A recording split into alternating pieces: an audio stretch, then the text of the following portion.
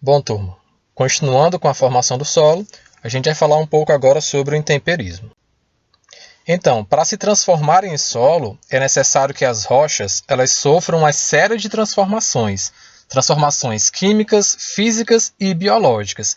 E a esse conjunto de transformações dá-se o nome de intemperismo. Ou seja, intemperismo são as reações químicas, as reações físicas e reações biológicas que vão ocorrer na rocha, fazendo com que ela, com o passar do tempo e sofrendo a influência aí do clima, do relevo, de organismos, faz com que ela vá se transformar então em solo. Então, o intemperismo é necessário para que ocorra a decomposição, para que ocorra a degradação da rocha e ela venha, com o passar do tempo, a se formar em solo.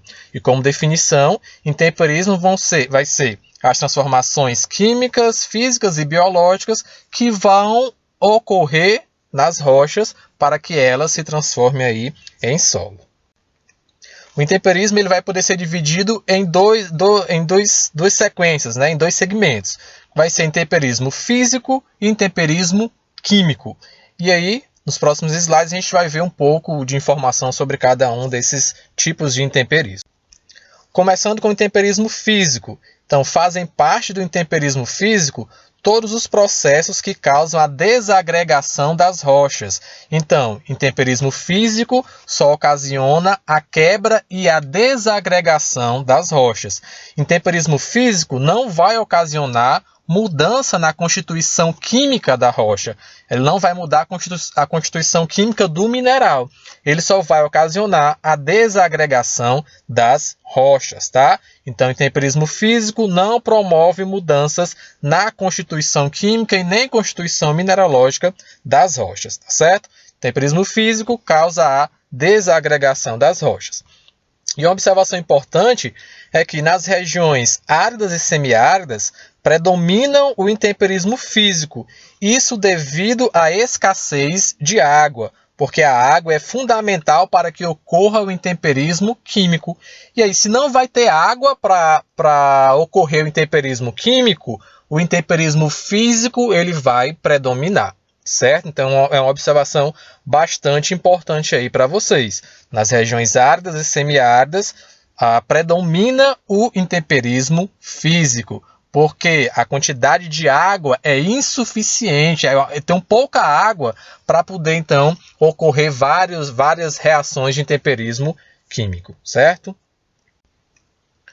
E como nas regiões áridas e semiáridas, o intemperismo físico ele é predominante, é comum, então, a presença de solos muito pedregosos, pouco profundos e pouco alterados quimicamente. Então, são características físicas, de solos, físicas e químicas, de solos de regiões áridas e semiáridas. Então, ele vai ter muita pedra, geralmente é um solo que apresenta aí muita pedra na superfície do solo e até em subsuperfície. É um solo raso, então se você for cavar para abrir uma trincheira para ver o perfil do solo, você rapidamente chega aí no material de origem, porque é um solo raso, é um solo pouco profundo. E é um solo pouco alterado quimicamente. Então, como não tem água para poder ocasionar o intemperismo químico, esse solo ele sofreu poucas mudanças químicas. Então, ele vai ser pouco alterado quimicamente. Com tudo isso, a gente considera que solos de regiões áridas e semiáridas, eles tendem a ser quimicamente fortes, porque sofreram pouca alteração química, e fisicamente fracos. Por quê? Porque vai ter muito impedimento físico nele. Tem muita pedra, é um solo raso, isso aí vai ocasionar um impedimento físico para o desenvolvimento da vegetação, tá certo? Então, nas regiões áridas, como o intemperismo físico predomina, vai ser comum solos muito pedregosos, muito profundos e pouco. E aí, o intemperismo físico ele vai ser acelerado devido à influência de alguns fatores. E aí, quais vão ser esses fatores? Primeiro, temperatura. Então, a temperatura ela vai influenciar nas reações de intemperismo físico. A umidade também vai influenciar nas reações de intemperismo físico. Os organismos eles vão influenciar aí, no intemperismo físico. o congelamento, que atua também no intemperismo físico, e as juntas de alívio, ou também chamado de alívio de pressão, também vai influenciar no intemperismo físico. E toda essa influência, a influência desses fatores, a gente vai ver então nas próximas videoaulas. O que é importante a gente frisar agora é que temperatura, umidade, organismos, congelamento e juntas de alívio são fatores que vão influenciar no intemperismo físico. E relembrando, intemperismo físico ele só vai ocasionar a desagregação da rocha e não ocasiona mudança na composição química da rocha, certo?